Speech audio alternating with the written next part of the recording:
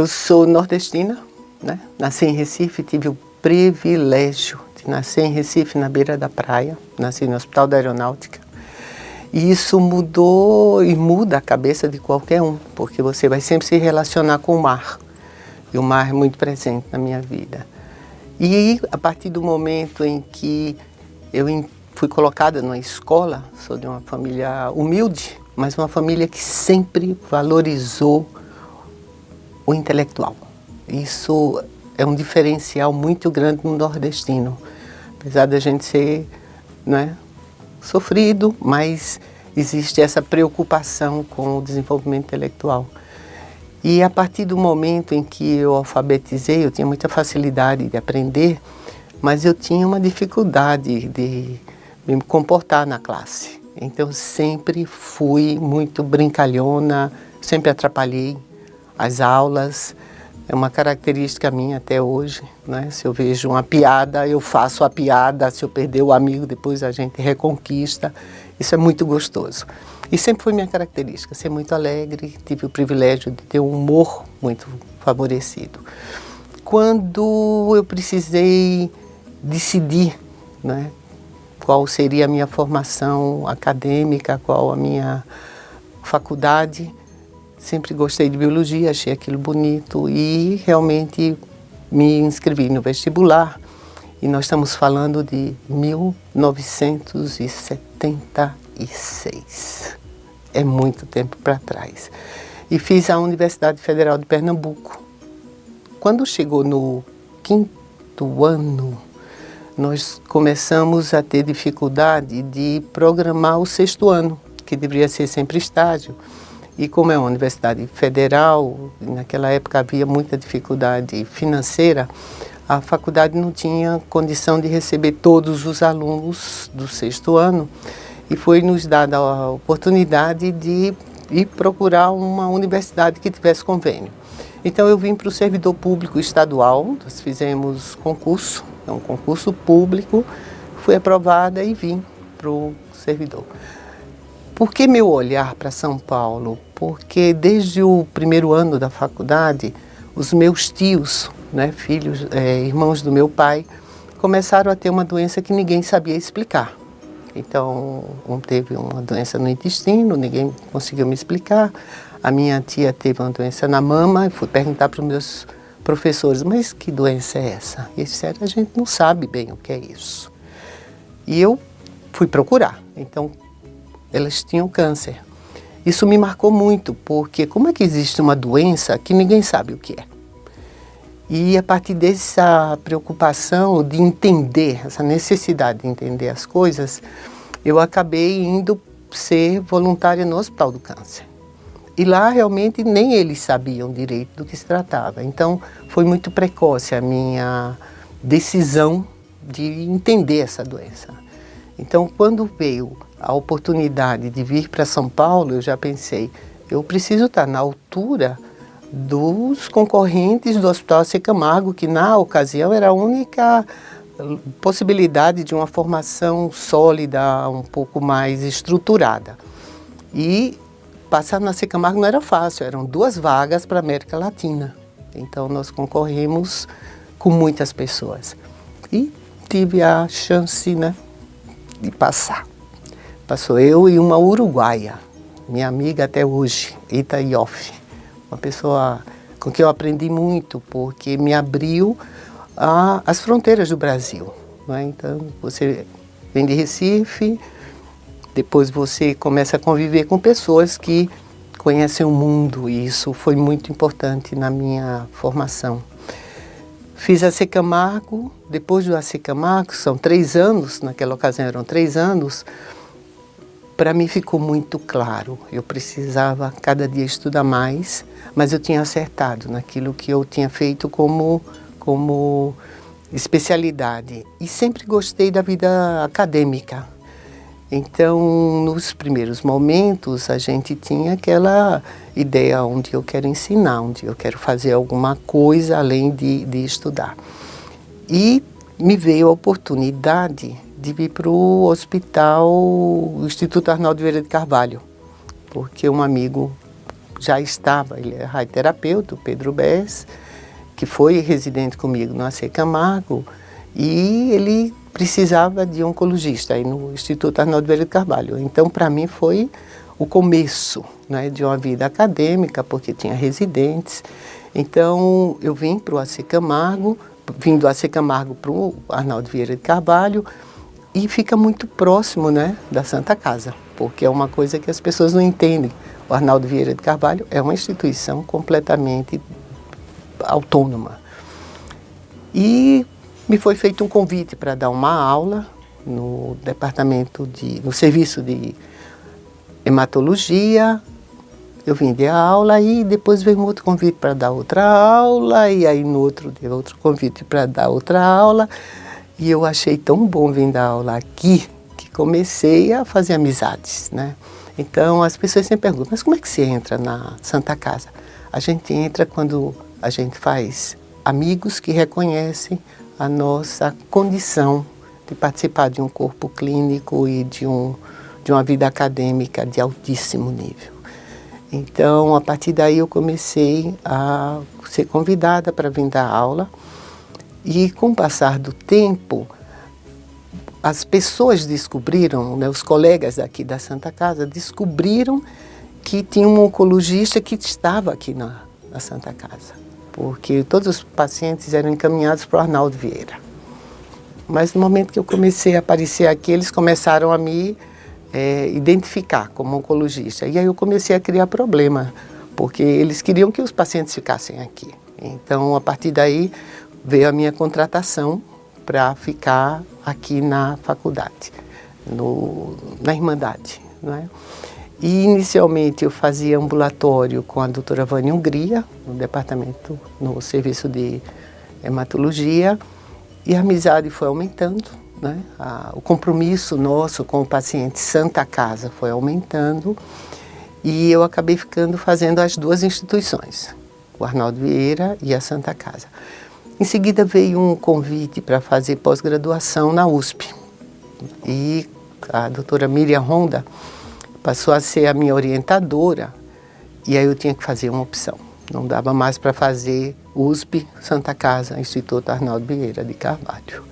Então eu fiz a opção pela Santa Casa, já que o meu material de trabalho ia ser os pacientes da Santa Casa, e pedi licença do Arnaldo Vieira. Depois não voltei mais, porque já o volume de pacientes que nós estávamos tratando aqui na Santa Casa, na instituição, era muito grande. Nessa ocasião, e nós estamos falando agora já de 90, 96, 97, foi dado pelo MEC a possibilidade de revisão da grade curricular do curso de medicina. E o nosso chefe, o Dr. Carlos Sérgio Chiatoni, me chamou um dia e disse, olha, a gente pode colocar um curso de oncologia dentro da graduação. Você tem 15 dias para me dar essa resposta. Eu disse, não, mas eu já tenho na cabeça, pode ser agora?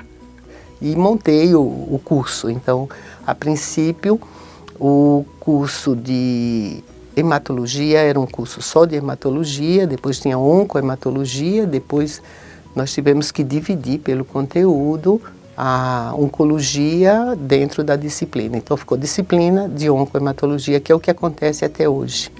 Então nós temos, numa primeira fase do aluno, ele vem e ele faz todas as aulas teóricas de hematologia, depois ele faz as aulas teóricas de oncologia. Isso para a gente foi muito bom, porque se eu pensar que a oncologia começou para mim, né, em 76, onde não havia nenhum recurso. Depois o mundo foi se abrindo no Hospital AC Camargo, onde as primeiras drogas começaram a acontecer, as tomografias, as informações sobre diagnóstico mais refinado.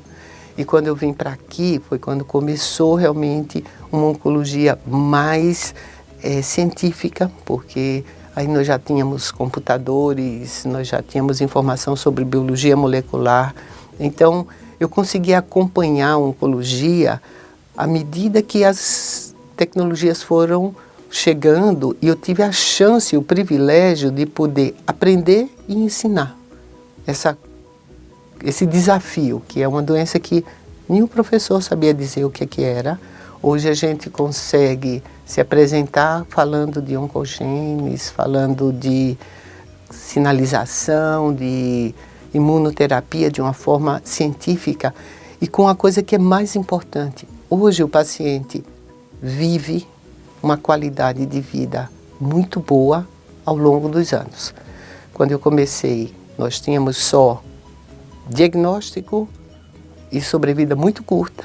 Hoje nós temos diagnóstico, tratamento, sobrevida com qualidade, não é? A ponto da gente hoje falar para o paciente, olha, você tem que fazer academia no dia da quimioterapia. Mas pode? Deve.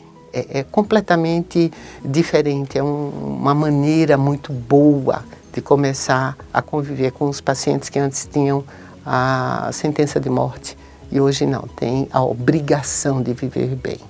Então, oncologia para a gente, para mim, foi uma escolha acertada.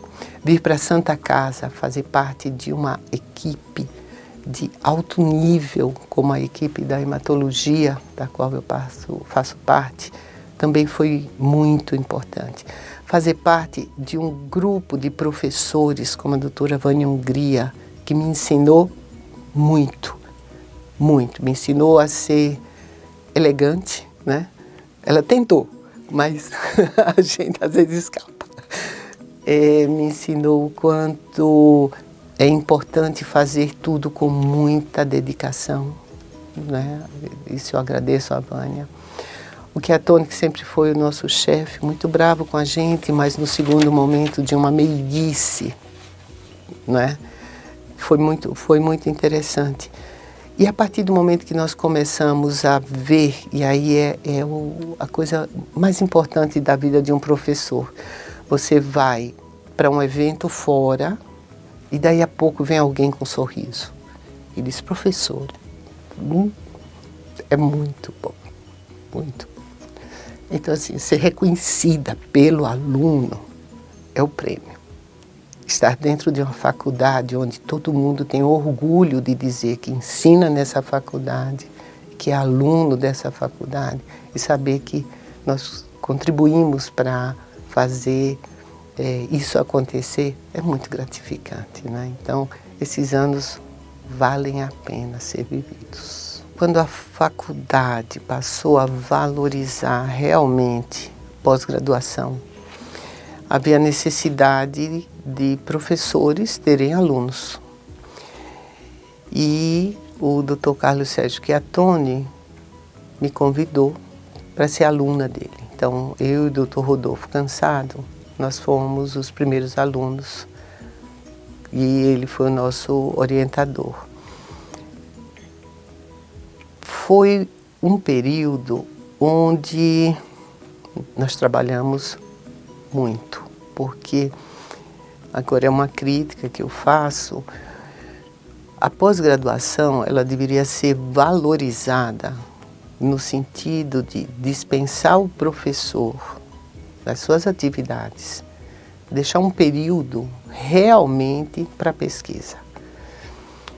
Mas não é isso a realidade, a gente continua fazendo a nossa atividade diária em cima disso, assistindo aula, preparando material. Então é um período muito estressante. Uma sugestão que eu sempre dou, faz esse período, ele é importante na formação, ele exige muita dedicação, depois volta a trabalhar. Não foi assim, né? Então eu fazia toda a minha atividade de dia, voltava para o hospital, fazia os levantamentos dos prontuários, ia para casa 1 da manhã, no outro dia estava aqui maquiada, né? Dando aula, atendendo paciente, conseguimos fazer. Foi importante porque dá para o professor a segurança de que ele pode avançar, ele pode se transformar num pesquisador. E no Brasil ainda é necessário um olhar para o pesquisador, Ele é uma pessoa muito especial, mas a gente perde muito pesquisadores principalmente para os Estados Unidos, por conta dessa falta de valorização. Então, eu considero uma pirâmide onde o pesquisador está na ponta dessa pirâmide. Ele é capaz de ter insights, ele é capaz de pensar diferente, ele é capaz de encontrar soluções. Para isso ele é pesquisador. Nem todo mundo tem essa capacidade de fazer um raciocínio abstrato e chegar num resultado concreto.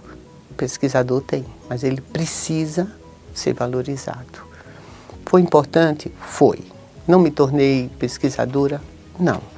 Mas eu continuo sendo aquilo que eu adoro fazer, mestre. Nós, corpo docente, ainda não conseguimos incorporar tecnologia à nossa rotina, às nossas aulas de formação. Há uma necessidade de discussão, há uma necessidade de tentar encontrar uma maneira de tirar o aluno do seu celular e prestar atenção num professor. Eu acho que o professor, ele tem a missão de fazer com que o aluno entenda que ele precisa adquirir conhecimentos. Se o aluno vai fazer isso sozinho, ele não tem como definir qual é o limite do que ele precisa aprender naquele momento. Ele vai se perder. Ele vai querer ou estudar mais ou estudar menos. Então, o papel do professor hoje é diferente do professor que eu tive na minha faculdade. Eu não tinha acesso, eu nem ninguém, a material didático. Tinha que ser aquilo que o professor dizia para o aluno, aquilo que estava escrito no livro. E nós copiávamos tudo e nós gravávamos as aulas. Quem é da minha época lembra disso, vocês não têm nem noção do que era isso. Gravava a aula do professor, escrevia essa aula e depois passava em xerox para toda a classe. Hoje não, hoje você tem aulas já prontas, qualquer assunto ele já está escrito, definido na internet. Só que o aluno, em formação, ele não tem a condição de fazer esse limite. Então, tecnologia para mim serve muito, ela facilita a chegada da informação, mas o professor ainda é necessário.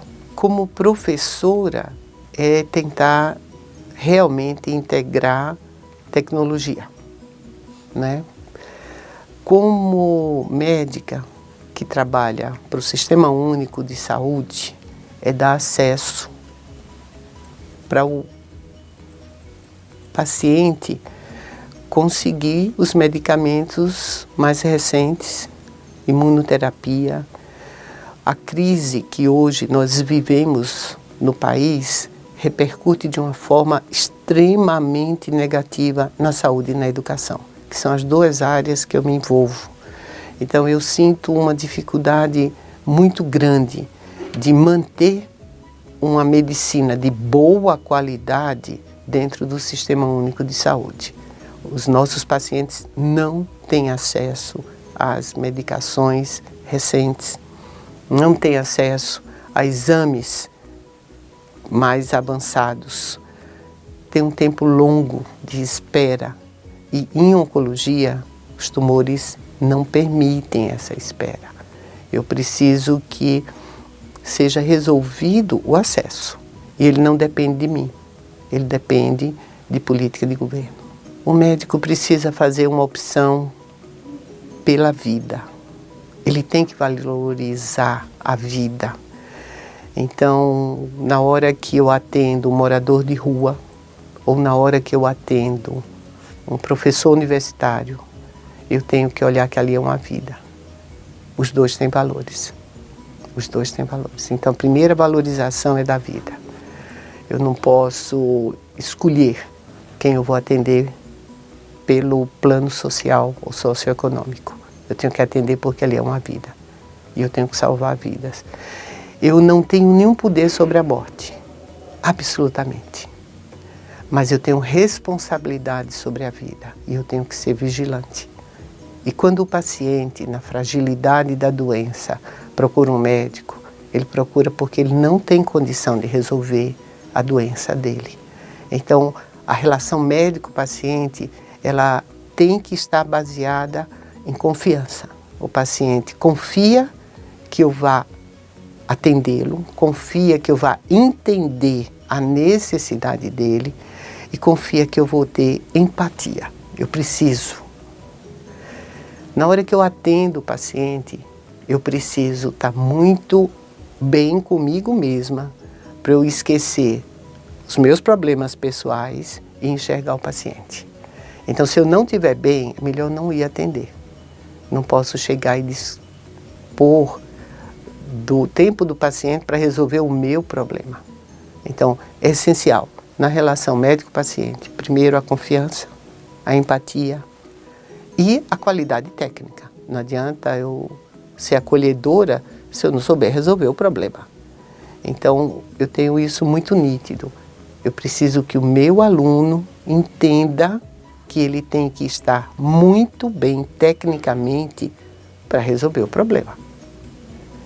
E que ele precisa entender que o outro está frágil e que o outro precisa de ajuda. Gratidão, muita gratidão, porque a faculdade me dá a condição de evolução. Evolução técnica, evolução como pessoa e ter a paciência, né, de esperar que o professor se desenvolva. Quando a gente começa, nós temos muitas coisas para ajustar. A gente tem que aprender a dar aula, a gente tem que aprender a se comportar diante de uma classe mais exigente. E a faculdade realmente dá essa condição. Fazer pós-graduação é um caminho para aprender técnicas, para se disciplinar. O nível do nosso aluno é um nível muito bom, é um aluno muito diferenciado. É um desafio, realmente é um desafio. Então, o que eu tenho pela faculdade é gratidão.